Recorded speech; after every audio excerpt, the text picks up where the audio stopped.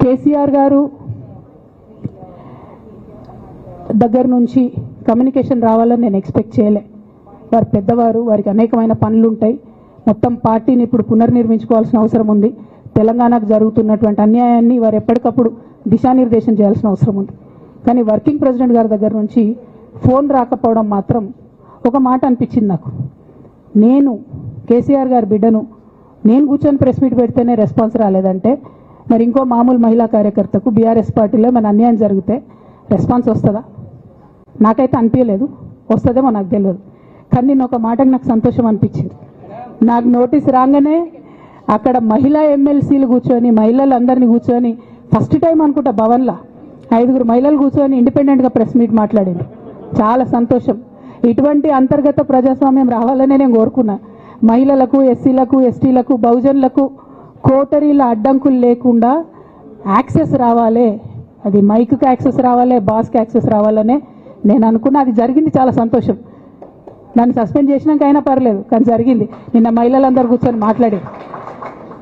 నేనేమంటున్నా అంటే కేసీఆర్ గారు, కేటీఆర్ గారు, నేను, మా కుటుంబం, మాది రక్త సంబంధం. పదవులు పోతేనో, పార్టీలకు వెళ్ళి సస్పెండ్ చేస్తేనో పోయేటటువంటి బంధం కాదు. కానీ ఎవరైతే వెస్టెడ్ ఇంట్రెస్ట్ ఉన్న పార్టీలు ఉంటారో, పార్టీలో ఉండి కేవలం డబ్బు సంపాదించుకోవాలనేటటువంటి ఒక ఆలోచనతో, వ్యక్తిగత లబ్ధి పొందాలనేటటువంటి ఆలోచనతో ఉన్నటువంటి వ్యక్తులు, వాళ్ళకి కావాల్సింది ఏంది? మేము ముగ్గురం కలిసి ఉండొద్దు, మా కుటుంబం బాగుండొద్దు, మా కుటుంబం విచ్ఛిన్నమైతేనే వాళ్ళకి అధికారం వస్తుంది. దాంట్లో భాగంగా ఇవాళ మొదటి స్టెప్ నన్ను బయటేసిరు పార్టీలకు వెళ్ళి. అది ఇక్కడితో ఆగదు. నేను గౌరవనీయులు పెద్దలు దైవ సమానులు కేసీఆర్ గారిని విజ్ఞప్తి చేస్తా ఉన్నా, మీకు ఒక సూచన చేస్తా ఉన్నా. దయచేసి మీ చుట్టూ ఏం జరుగుతున్నదో ఒకసారి చూసుకోండి నాన్న. నన్ను ఇవాళ బయటకు పంపొచ్చు, నేను మీలాగా స్ట్రేట్ ఫార్వర్డ్ ఉంటా, నిజాలు మాట్లాడతా. నేను ఉద్యమం నేపథ్యం నుండి వచ్చిన కాబట్టి నాగ్గా, ఉన్నది లేనట్టుగా, లేనిది ఉన్నట్టుగా, మోసం చేయాలని చెప్పో ఇంకోటి చేయాలని చెప్పో మాట్లాడను. స్ట్రేట్ ఫార్వర్డ్గా ఇష్యూస్ మాట్లాడతా కాబట్టి నన్ను ఇలా బలి చేసిండ్రు, పర్వాలే. కానీ రేపటి నాడు ఇదే ప్రమాదం రామన్నకు కూడా పొంచుంది, రేపటి నాడు ఇదే ప్రమాదం మీకు కూడా పొంచుంది. అల్టిమేట్గా బీఆర్ఎస్ పార్టీని హస్తగతం చేసుకోవడానికి జరుగుతున్నటువంటి కుట్రలో భాగంగానే ఇవాళ నన్ను ఎలిమినేట్ చేయడం జరిగింది. నేను ఇవాళ ఓపెన్గా అడుగుతా ఉన్నాను, హరీష్ రావు గారికి నేను సూటి ప్రశ్న వేస్తున్నా, ఈ రాష్ట్ర ముఖ్యమంత్రి రేవంత్ రెడ్డి గారు కూడా నేను సూటి ప్రశ్న వేస్తున్నా.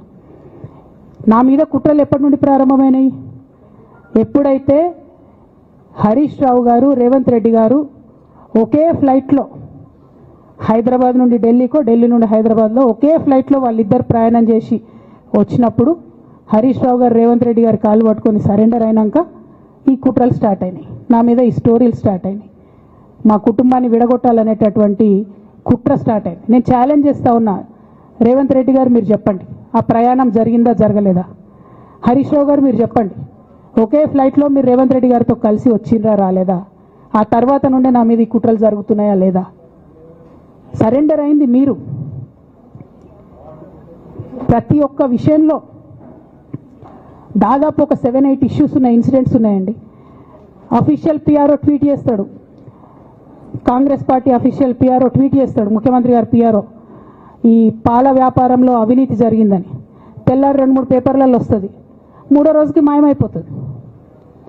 అదే కేటీఆర్ గారినేమో 3 సార్లు విచారణ పేరుతో పిలిచి వేధిస్తారు. అంటే కేసీఆర్ కుటుంబం నికార్స్గా బరిగీసుకొని కాంగ్రెస్ పార్టీతో రేవంత్ రెడ్డి కొట్లాడుతున్నాం కాబట్టి మా మీదనేమో కుట్రలు జరుగుతాయి, మా మీదనేమో కేసులు పెడతారు. మీ మాత్రం 1 or 2 days హెడ్లైన్స్ వస్తే తర్వాత న్యూస్ గాయబవుతుంది. ఎన్ని జరగలే చెప్పండి హరీష్ రావు గారి విషయంలో? ఫస్ట్ పాల వ్యాపారం మీద ఏమొచ్చినాయి ఆరోపణలు? ఆనాడు బీఆర్ఎస్ పార్టీ గవర్నమెంట్లో SC, ST, BC హాస్టళ్లకు Harish Rao గారి పాల వ్యాపారం నుంచి పాలు సప్లై చేసిరనే ఆరోపణలు అయోధ్య రెడ్డి గారు ట్వీట్ చేసిండ్రు. గతం 2 రోజులు పోయింది ఆరోపణ. ఎందుకు? సరెండర్. నెక్స్ట్ ఒక అభియోగం చేసిరు ముఖ్యమంత్రి గారు, రంగనాయక్ సాగర్ దగ్గర ఆయన ఫామ్ హౌస్ ఉంది, అది ప్రభుత్వ భూమి, కబ్జా చేసిండని. 1 day headline, 3rd day news గాయబ్. No case, nothing. కేటీఆర్ పరిస్థితి ఏంటి? ఎన్ని కేసులు పెట్టిరు కేటీఆర్ అన్న మీద? ఎన్నిసార్లు పిలిచిండు విచారణకు? ఇవన్నీ పక్కన పెడదాం, నిన్నటి లేటెస్ట్ ఇష్యూ మాట్లాడదాం. కాళేశ్వరం కానీ ఇంకోటి కానీ ఏ ప్రభుత్వంలో అయినా పొలిటికల్ పాలసీ చేసేవాళ్ళు, విధానపరమైన నిర్ణయాలు తీసుకునే వాళ్ళు ముఖ్యమంత్రులు ఉంటారు. కింద ఉన్నటువంటి మంత్రులు దాన్ని ఎగ్జిక్యూట్ చేయాలి. కేసీఆర్ గారు ఒక పాలసీ డెసిషన్ తీసుకున్నారు, నేను కాళేశ్వరం ప్రాజెక్టు కడతా, దానికి ఇన్ని డబ్బులు ఇస్తా అని. ఆనాడు మంత్రి ఎవరు? ఎగ్జిక్యూషన్ చేయాల్సింది ఎవరు? 2014 నుంచి 2018 వరకు తుమ్మిడిహెట్టి దగ్గర నుంచి మేడిగడ్డకు స్థలం మార్చినప్పుడు మంత్రి ఎవరు? ప్రాజెక్టులు డిసైడ్ చేసినప్పుడు మంత్రి ఎవరు? అన్ని మీటింగ్లు, టెక్నికల్ ఇష్యూస్ చూసుకోవాల్సింది ఎవరు? ఇవన్నీ రేవంత్ రెడ్డి గారు మాట్లాడారు. నేను మొత్తం అసెంబ్లీ స్పీచ్ చూడరు మీరు, వీళ్ళ మ్యాచ్ ఫిక్సింగ్ అనేది మీకు తెలిసిపోతుంది. ఏం మాట్లాడరు ఆయన. ఎంతసేపు కేసీఆర్ కాళేశ్వరం కట్టిండు, కేసీఆర్ కుటుంబం 1,00,000 కోట్లు తిన్నది.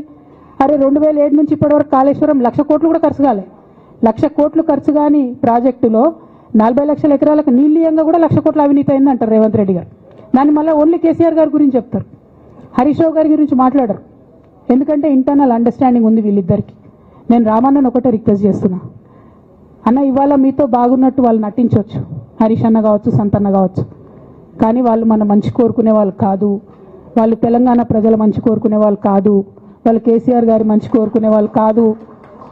వాళ్ళను మీరు దూరం పెట్టి రాజకీయంగా తెలంగాణ రాష్ట్ర సమితిలో ఇప్పుడు బీఆర్ఎస్లో పనిచేస్తున్నటువంటి హార్డ్ కోర్ కార్యకర్తలను దగ్గరికి తీసుకొని, ప్రజా ఉద్యమాలు తీసుకొని ప్రజల దగ్గరికి పోతేనే మన పార్టీ బతుకుంటుంది, నాన్న పేరు బాగుంటుంది. ఇవాళ నాన్నకు సిబిఐ అనేటటువంటిది వచ్చిందంటే అది కేవలం హరీష్ రావు గారు, సంతోష్ రావు గారి అవినీతి వల్లనే వచ్చిందని మళ్ళొకసారి నేను గంటాపదంగా చెప్తున్నాను. ఇంకా గమ్మత్ ఏంటంటే ఇదే హరీష్ రావు గారు వాళ్ళ ఫాలోవర్స్ అంతా నిన్నటి నుంచి చెప్తున్నారు, హరీష్ అన్న చాలా కష్టపడ్డాడు, డే 1 నుంచి ఉన్నాడు అని. డే 1 నుంచి లేడండి. చాలామంది రిపోర్టర్లకు తెలుసు, సీనియర్ రిపోర్టర్లకు డే 1 నుంచి లేరు. పెద్దసారు టీడీపీ నుంచి బయటకు వస్తుంటే మామయ్య మనకెందుకు, డిప్యూటీ సీఎం మనం ఎందుకు రాజీనామా చేయాలి, ఈ ఉద్యమం ఏమవుతుందో, ఈ పార్టీ ఏమవుతుందో మనకు రిస్క్ ఎందుకని ఆనాడు ఈనాడు పేపర్లో వచ్చింది. 1,50,00,000 రూపాయలు తీసుకొని వ్యాపారం చేసుకుందామని హరీష్ రావు గారు ఎక్కడికో పోయిందని కూడా వచ్చింది. కటింగ్ కోసం దొరికినప్పుడు ఎప్పుడో ట్వీట్ చేస్తుందని. నేను బీఆర్ఎస్ పార్టీ ఆనాడు టీఆర్ఎస్ పార్టీ పెట్టినాక 9-10 నెలల తర్వాత వచ్చిన హరీష్ రావు గారు డే 1 నుంచి లేరు. నమ్మకం లేకుండా ఆయన పార్టీ నిలబడుతుందో ఉంటుందో పోతుందో అని. ఓకే అయిపోయింది. రాగానే సారు పెద్ద హృదయం కాబట్టి క్షమించిరు, దగ్గర తీసుకున్నారు, ఎమ్మెల్యే కాకముందే మంత్రి ఇచ్చిర్రు, అన్ని రకాలుగా ఆదరించిరు, అన్నీ చేసిండ్రు. ఎప్పుడైతే పార్టీకి ఒక్క క్షణం చెడ్డ పేరు వచ్చిందో ఎక్కడ పోయిండండి ఈయన? చక్కా పోయి వైఎస్ రాజశేఖర రెడ్డిని కలవలే?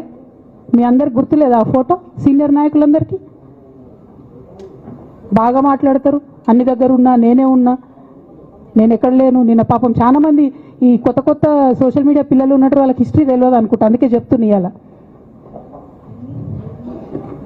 అదేవిధంగా నేను పెద్ద ట్రబుల్ షూటర్ అంటారు. ట్రబుల్ షూటర్ కాదు, ఈజ్ బబుల్ షూటర్. ఆయన ఏంటంటే ట్రబుల్ ఆయన్నే క్రియేట్ చేస్తాడు, చేసి నేనే సాల్వ్ చేసినట్టు నటిస్తాడు. నేను లేటెస్ట్ ఎగ్జాంపుల్ చెప్తా పట్టురు. నేను మొన్న దాసోజు శ్రవణ్ అన్న ఎలక్షన్ ఎమ్మెల్సీ ఎన్నికలలో బీఆర్ఎస్ పార్టీ డిసైడెడ్ ఒకటే క్యాండిడేట్ని పెడదామని.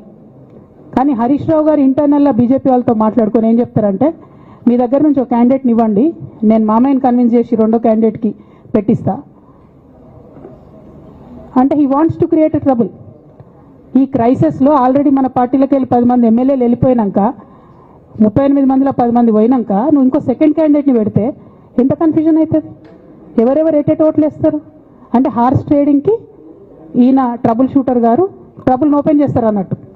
నాకెందుకో లక్కీగా ఒక బీజేపీ ఎమ్మెల్యే గారు ఫోన్ చేసి, అక్క మరి పెద్దసారి పర్మిషన్ ఉందా హరీష్ అని ఇట్లా అంటున్నారంటే, నేను డైరెక్ట్గా పెద్దసారికే ఫోన్ చేసి నాన్న మరి ఇట్లా అంటున్నారు, మనం సెకండ్ క్యాండిడేట్కి పర్మిషన్ ఇస్తారంటే, nothing doing, only Shravan will get elected, ఎవరు చెప్పారు మీకు అన్నారు.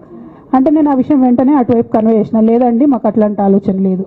ఎందుకు ఈ రీసెంట్ ఎగ్జాంపుల్ చెప్తున్నా ఇవాళ అంటే, హరీష్ రావు గారు ట్రబుల్ క్రియేట్ చేసి ట్రబుల్ని మాఫీ చేసినట్టుగా ప్రయత్నం చేస్తారు. బీఆర్ఎస్ కార్యకర్తలందరికీ నేను నా తమ్ముళ్ళకి రిక్వెస్ట్ చేసి చెప్తున్నా,